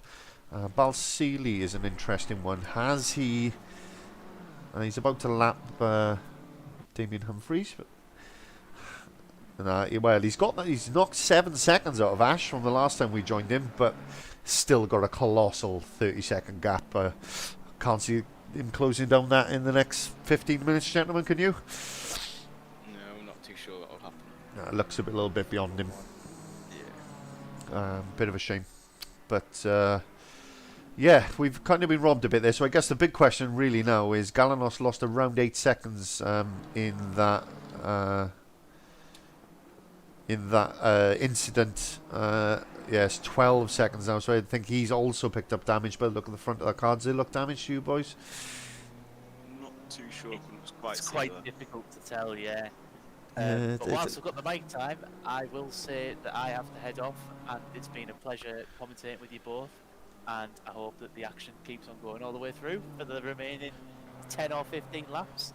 No trouble. Thank you very much to Aaron Markham for joining us in the comms block this evening. You're just going to have myself and Dougie finishing off, and Aaron will hopefully be back with us next week for our 2 sprint races at Zolder.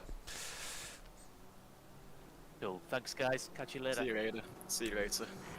So we look forward to welcoming Aaron back into the comms box next week for our double sprint race at Zolder.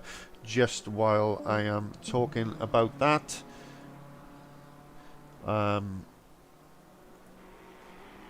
sorry, my computer's having a moment.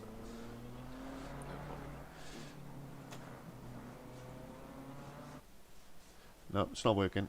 I was just going to bring up the calendar, but for some reason my computer's just absolutely not working. I've just got the stream up now. It's still got Galganos going around at the minute. Yeah, I think it's still working, but for some reason my mouse just won't connect for some reason to my computer, so I don't know if my battery's gone dead or... No, still got battery. That's weird. Okay, never mind. Not important. I was just going to bring the calendar up to show you guys the calendar while we had a bit of time, but it's not working for some reason. I've just got it in front of me here. We've also got the Zolder, which is race 3 and it's a sprint race, so that means you've got race 1, which is 35 minutes, and then race 2, which is 20 minutes. So that should be interesting. It's a totally different format to this week. Yeah, which is what we had last week, and race 2 was interesting because it was just gung ho, and just to make you aware, something I learned on the fly last week because I didn't have all the information to hand, is that the 5-minute qualifying session does set the grid for race 2. It isn't just a space filler, if you like. It actually sets the grid for race 2, not the finishing position from race 1. So a lot of drivers, because it's such a short session, had real trouble setting a lap time last week. So that's a mistake there. Yeah, I think no, he's another one who's lost his head a little bit, I think, after that accident. And it's getting dark, so of course your perception and your braking points and everything all start to change. Definitely. I know myself, when I've seen an accident or been close to an accident, it really does put you out your stride. And I know myself, sometimes I can lose my head. Yeah, definitely. Yeah, it's very, very easy to do. And like I said, getting dark has its own problems. Like I say, I use specific things on the track as braking markers for myself on my braking zones, etc. And as it gets dark, sometimes you can't see some of them, or they change, because of shadows and stuff. So it's a bit of a challenge. I suppose it's one of them you've really got to prepare for. Obviously, different temperatures. You've got the dark, so there's many factors. You've got strategy, you've got car setup. Endurance racing is a totally different breed compared to obviously when we do our touring car races, which are just 20 minutes and go for it. Exactly. I mean, what I will say is, in terms of entertainment, it's really entertaining. You've got 3 short 15-minute sort of gung-ho races where everybody's at it. You haven't got to shave tyres, you haven't got to worry about fuel and stuff. This takes a very different driver. It takes a lot more skill, that is for sure, to drive these GT cars. It takes a lot more knowledge as well in how to set the car up, how to get it into a window that works for your driving style. But yeah, that gap is 16 seconds now. So these guys need a lot more talent to make it work, and fair play to them. Definitely. Yeah. It's definitely harder than I could ever. I think it's out of my league totally. To be fair, I'm not very technically gifted.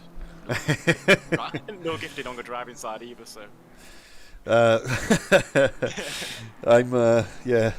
okay in these cars, but there's a reason I've retired to the com box on a Assetto Corsa competition, and I'm not out there racing, which I was supposed to be initially, but it requires a level of skill that I unfortunately just do not possess.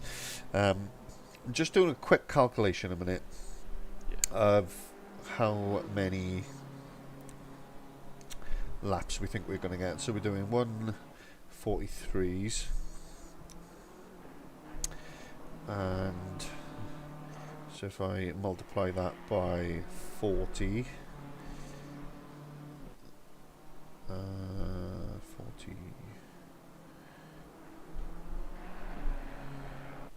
45. So we're going to get about 43, 44, 43, 44 laps, that sort of area. So yeah, it looks like this order is pretty much set now. I think most of these gaps are staying pretty static. So do you think for next week, for obviously it's sprint races, do you think we could see a very different order compared to this week? I think so. Adam Foster doubled Victor last week, very quick. This is not a track for him. He admitted that in an interview before the start of the race. Yeah, this is not his playground. Zolder very much is. So I think we'll see him much more on the pace. The other drivers, I don't know.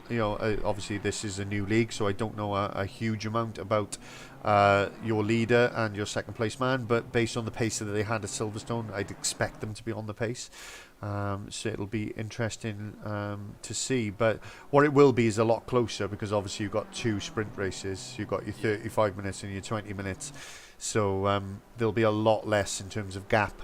It shortens the time to create a gap, I suppose. Yeah, and the drivers can just be full on, because you haven't got to worry about a tyre conservation, because you just got short races, because the tyre weighs the same regardless of the length of the race. So I've just noticed actually the Bart has taken a second out of Galanos in the last 2 laps.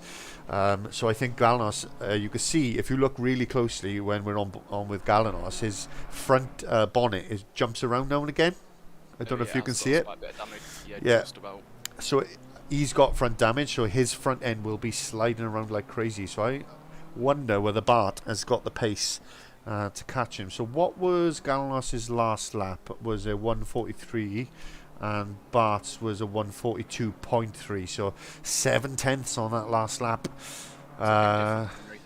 Yeah, definitely is. So with what we think is going to be 4 or 5 laps left, has he got enough of a pace advantage to catch him up? So what would that be? It's thereabouts, I think. That would be about 3.5 seconds. Yeah. So if he can do that again, we might have a race on our hands here for second position. So we'll keep an eye on this. Oh, a little mistake there. I think he rode the curb and had a little twitch on. I think he's. Okay. I think. Sorry, go ahead, mate. No, go for it. I was just saying, on the last couple of laps I've seen, I think a couple of laps ago I've seen the odd mistake by Tonks as well. So I think sometimes he's got the pace, but I think it's slight consistency. Yeah. Sometimes he's just run wide there as well.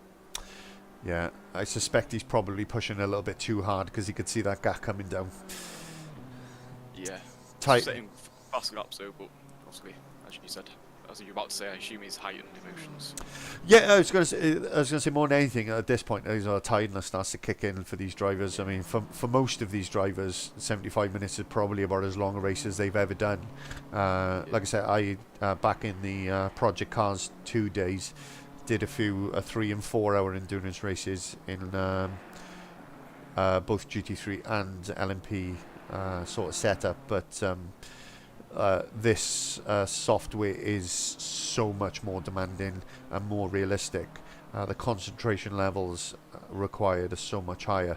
So an hour on this is like the equivalent of 2.5 hours on Project Cars in terms of concentration. Just to put, yeah, exactly. Just putting that into sort of perspective for different people, and race room is nowhere near. Race room is what we race touring cars on in the other league. Sorry, just to put it, is why I'm mentioning it. But that physically is pretty good, but it's nowhere near as physically correct in terms of the physics engine as the Assetto Corsa. It is the premier engine in terms of the physics and the realism. But for me, that's also its downfall, because it requires too much practice, which I just do not have time for. Even with me, with a race room person, because of personal commitments, I don't have the time to practice with race room, let alone if I was just trying to do what these guys try and do every week. No, exactly, and practice on this 100% makes perfect. Yeah. Galanos has gapped Tonks a bit further now, so yeah, it's back up to 3.7. So Yeah, and Thompson's back up to 143s now instead of 142s, I think. yeah, so it looks like 143.3 on that last one for Galanos. So he seems to have found a bit of pace again. 1.5 seconds off his best lap time, but that will be down to the amount of damage that BMW is carrying, I think. Definitely. What was the pole lap on qualifying, out of interest? The pole lap on qualifying Yeah. was 141.4, I think it was, or it was there or thereabouts, yeah. So it was a low 141. How does that compare to the fastest lap in this race now? What is it BQ's? BQS's best is, if I can ever get the camera to find him. Oh yeah, that's why. There you go. Sorry, I was thinking it wasn't going to him, but it's because he's purple. His thing wasn't going red. That's why. Sorry, my mistake there. Sorry, guys. This is all new to us and all live, so there will be the odd mistake, and that was just me being an idiot. Yeah, so he's pretty much. What was he? So 0.3, 0.4 of a second off the pole position time. So I mean that's pretty good in race trim. That is very good indeed. Pretty impressive, and he's done that quite. Someone gone off there. Something in the background there in the gravel trap. I think I was going to say these went off slightly. Okay. Yeah, it looks like he's managed to recover. Yeah, seeing the replay on obviously the stream is slightly delayed because he definitely went into the gravel trap slightly. Okay. That's tiredness playing its part at this late stage. So we've lost two drivers. We can only assume due to damage. Two McLarens have had to retire from this race. Dan Stevens in the Aston has been in the pits for a very long time, so I think we can also class him as having retired. So 11 runners left out of the 14 who started this race. Which isn't bad at all, because I know, certainly for me, if I was at the back, 75 minutes at the back is a long, long time. Yeah, motivation is a key thing on this, because you don't really spend time around other cars. You've just got to keep your concentration and just get your lap times in the best that you can, and just keep your concentration levels up. I tend to talk to myself to keep my concentration levels, at a certain level, rather than sort of drifting off or thinking about other things. So I'll talk myself through the corners and through the braking zones. But we've all got our own little qualms and our own little sort of things. I know myself when I'm practicing and putting some laps in, and I tend to do drift off and make silly mistakes, and obviously these guys can't afford to make silly mistakes what I can necessarily afford to do when practicing, I suppose. Indeed, I mean, and as you've seen, like mistakes on you like that, that Ingle accident.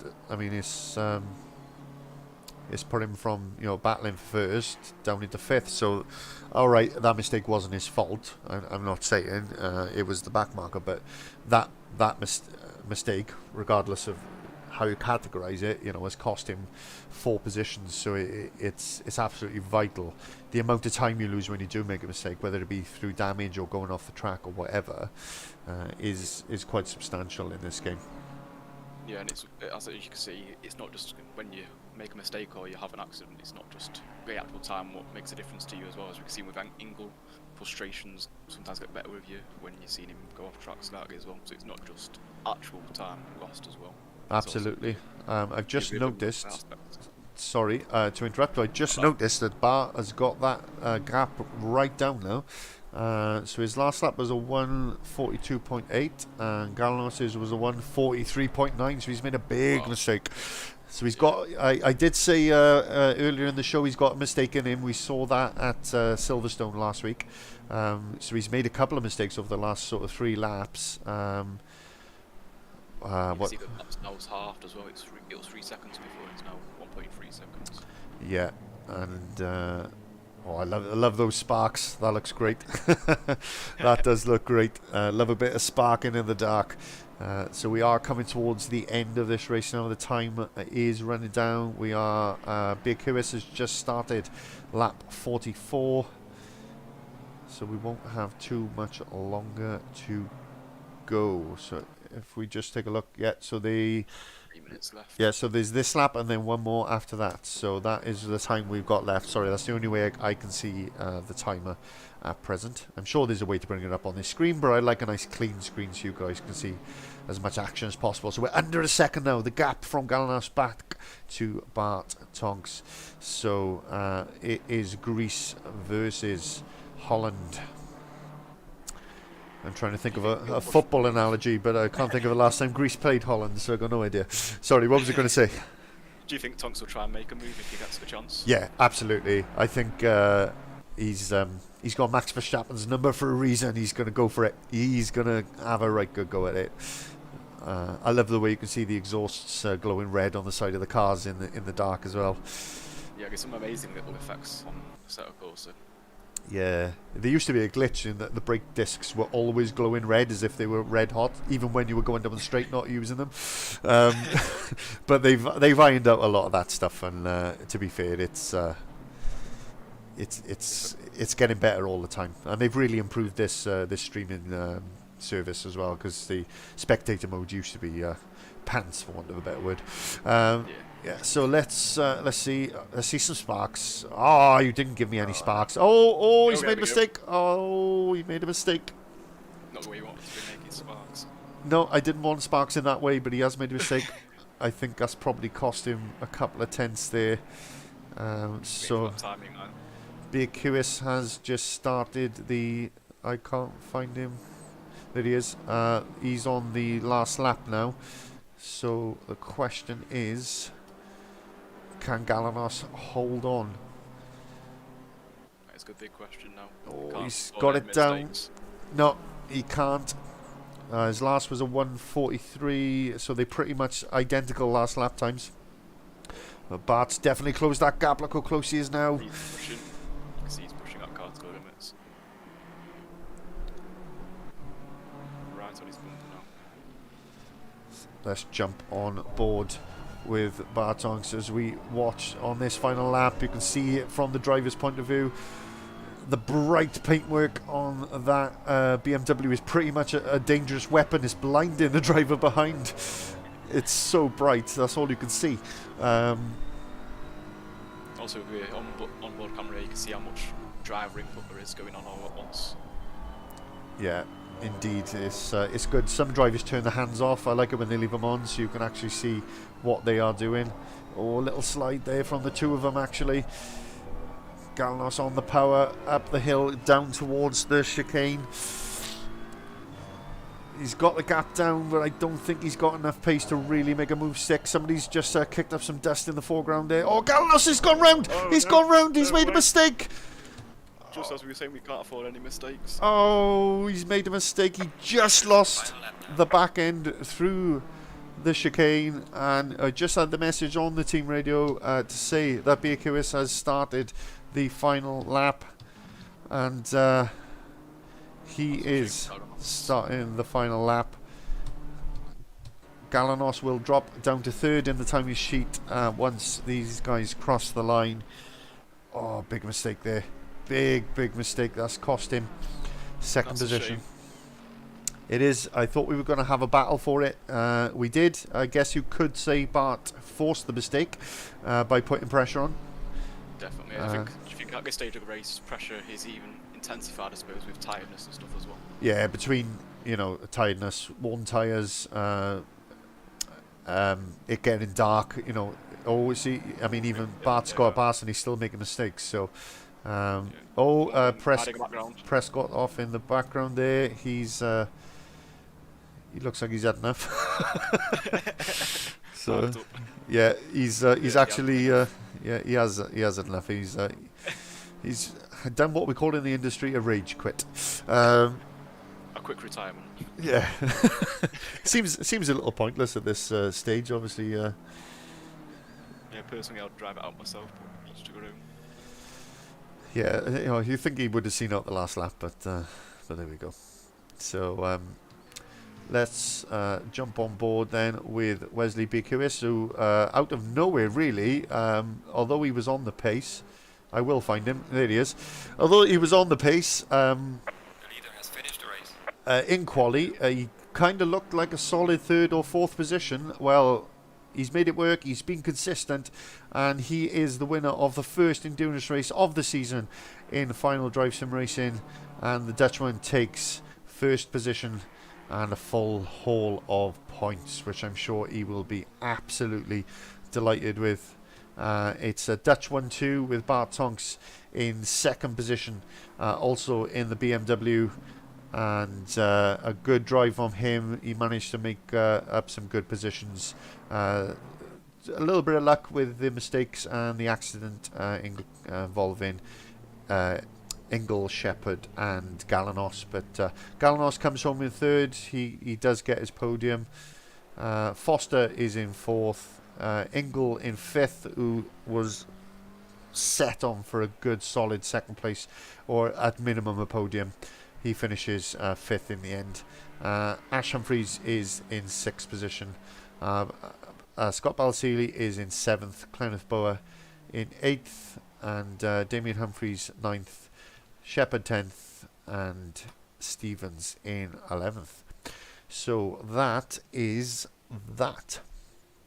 I was just looking quickly at the tables from obviously last week. Galganos and Tonks is only 1 point separating them, so this is really going to be currently a close battle heating up between the two of them. Yeah, indeed. That will be interesting to watch. I'm not sure whether they award sort of 25 points each for the sprint races and 50 points for the endurance, if you see what I mean, because it's worth twice as much. Should be interesting to see how they do the points when we get the tables updated. But that was good fun. Also great. Yeah, I'm just going to pop into the interviews chat, so I will stop sharing my screen with you, Luke, and then I will invite you into the other chat in a moment. Perfect. Hello. Hello there. If you could just bear with me for 1 second, gentlemen. I'm just going to add my co-commentator into the interview chat. There we go. And okay, thank you very much. So, if I can be so bold to check who I've got with me. And sorry, bear with me a sec. It's all playing up here. So, right, okay. So, fantastic 75-minute race there. We had three of us in the comms box. We were having a great old time watching that race, guys. So we'll start to get some driver's perspective now, and we're going to start today's interviews with Clenneth Bower, who is one of our McLaren drivers. Give it all you can. Clenneth, Good evening, mate. how did you get on, my friend? Well, I expected a little more from this race, actually. I'm a little gutted because I did a real practice session with Fotis, who ended up third, and he gave me some real nice tips and tricks. And basically, I learned myself to do 43s, and I've been doing 44s all race. So I'm a little gutted. I expected a little more from my race, and then as well, like I killed Scott once, and I got killed by Damian once. It happens, of course, in racing, but yeah, it's not my best one, like Silverstone, but yeah, I hope so for next week. Yeah, I mean, we caught the Scott Balseely thing accident. Sorry, that's the word I'm looking for. On stream, so it you can watch it back if you really don't want to. Yeah, I've saved it as well. Yeah. Yeah. Well, basically, I told him sorry straight away, and he was like, "Yeah, it's a race. It's fine, mate." And he had so much pace on me, so when he got to me, I just basically left him no worries. He could just pass me. Yeah, Um, yeah. I mean, to be fair, it was start of the second lap. There was a bit of moving going on in the braking zone, so it wasn't a clear cut situation. Judging it from the outside, it was just one of those racing incidents that unfortunately does happen early on in the race when everybody's bunched up. But I wouldn't be too hard on yourself there, mate. I think you did well. You seem to keep your composure throughout the race and drive well. So.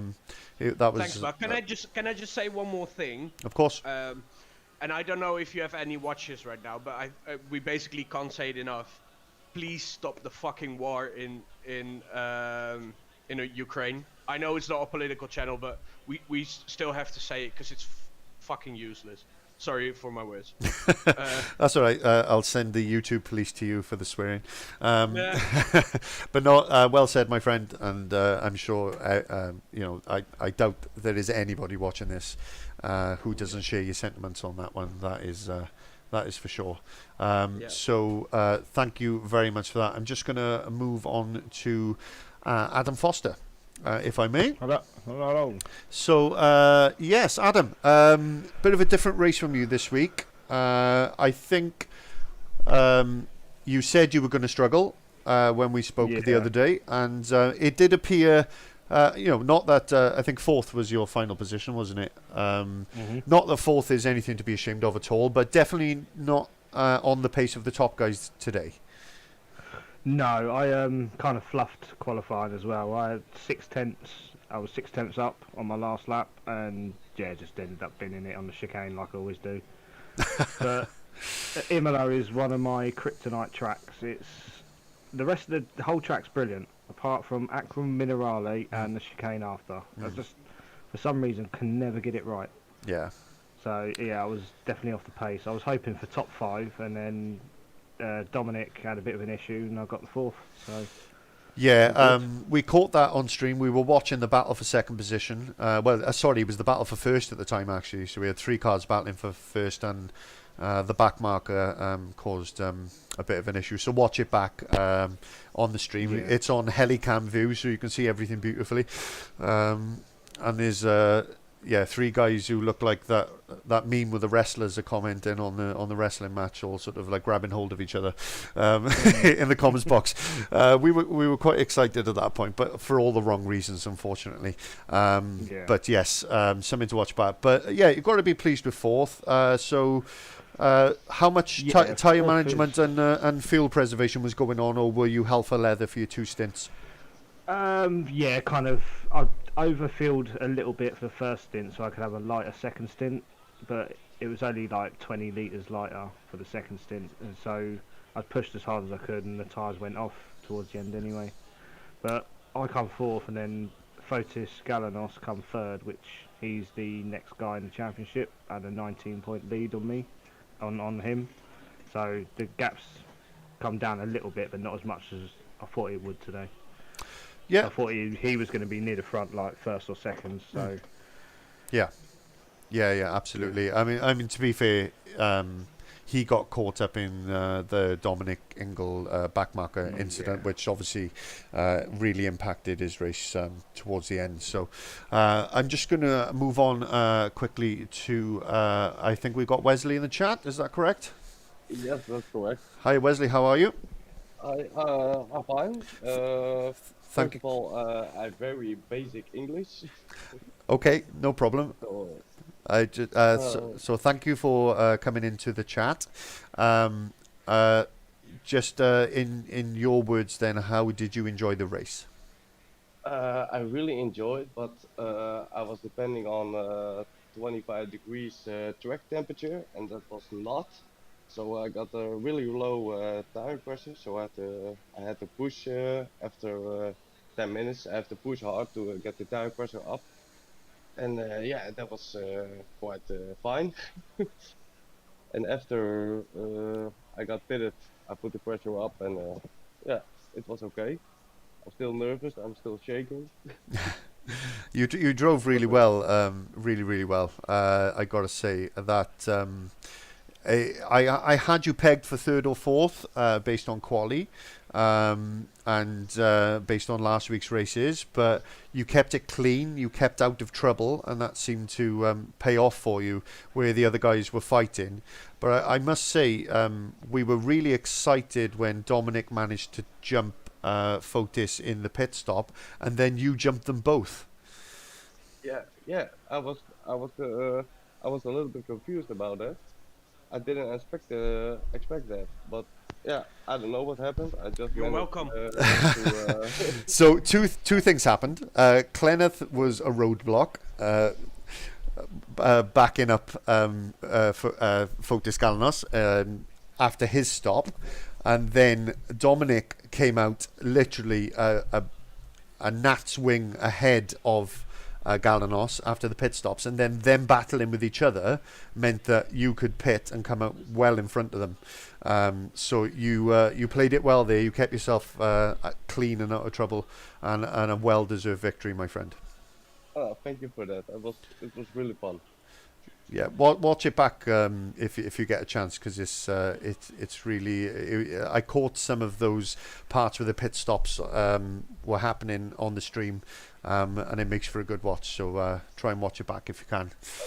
So I really do. Awesome. So I'm just going to switch back to the other gentleman now as well. So next week coming up, we've got Zolder. What are your expectations for next week, Adam? Zolder's not a great track for me. I'm pretty quick there, but it's not one of my better ones. It's drive-through mania, really. It's just who can stay off the curbs the longest without getting a drive-through. Especially that triple chicane near the end of the lap. That's going to be tricky. Oh, I love that bit. That's my favourite bit. I love Zolder. What about you, Glenn? Yeah, I absolutely love Zolder. It's one of my better ones. I've actually done some practice with Adam there before. We were on about the same pace, so yeah, that's a lot closer than I would normally be towards Adam. So I'm really looking forward to the next one, and it's 2 sprint races, which are also like pretty exciting to see always, you know. So yeah. Awesome. I'm just going to bring Dougie in. Dougie was my co-commentator this evening, along with Aaron. Aaron had to shoot off a little bit early tonight, but he'll be here till the end going forward. Dougie, you got any questions for the guys before we wrap this up? I suppose I'm open to before when this one was discussing about tiredness earlier. Does tiredness play a key part towards the end of the race? As we noticed some drivers making more mistakes towards the end. I can answer this. Basically, what we didn't really expect is that well, the time of day was not too bad, but we didn't really expect to go into the full dark. Yeah. So a lot of people didn't anticipate with their tire pressures that it was going to be this cold. So when it got that cold, people started to struggle with their tire pressures on the end, like big time. So yeah, that's the basic reason why I think there's a lot of accidents happening at the end. That makes sense. That's something Mike mentioned, to be fair. Yeah, I said that in the comms actually, because it's a question of whether people have gone too high or too low, anticipating the nighttime racing. But if you guys weren't anticipating it to even go into night, then obviously that will have played a huge part in people's setup. Yeah, that's on me, that one. I obviously got something wrong in the server, so I'll fix that for next time. It made the race exciting, though. It does, it changes it up. That's why I chose. It's going to be 80 minutes from now on, because for some reason I can't choose 75. Right. So it's going to be 80-minute races. But because of those 80 minutes, you have to go for a tiny bit of fuel. Yeah. Even if you fill the tank, you're going to have to go in for at least one pit stop. Yeah. Whether you fuel it half and half with tyres. So yeah. Makes the races a lot more interesting. It does, and like I say, the pit stops are what really made a difference today, particularly for those front three. That pit stop battle in the mid section of the race, I think we were around 40 minutes when they all started pitting. It really did make a big difference. Well, thank you very much, gentlemen. I think we'll wrap up the stream there. So I just want to say thank you to everybody for joining us and racing this evening. You can see on the calendar you've got on screen there that Zolder is our next race. That's 2 sprint races. So we'll be back same time, same place next week. Thanks for joining us. I've been pulling FN2. We've had Dougie and Aaron in the com box with me as well. Thanks to all the drivers for taking part and for talking to us. We will see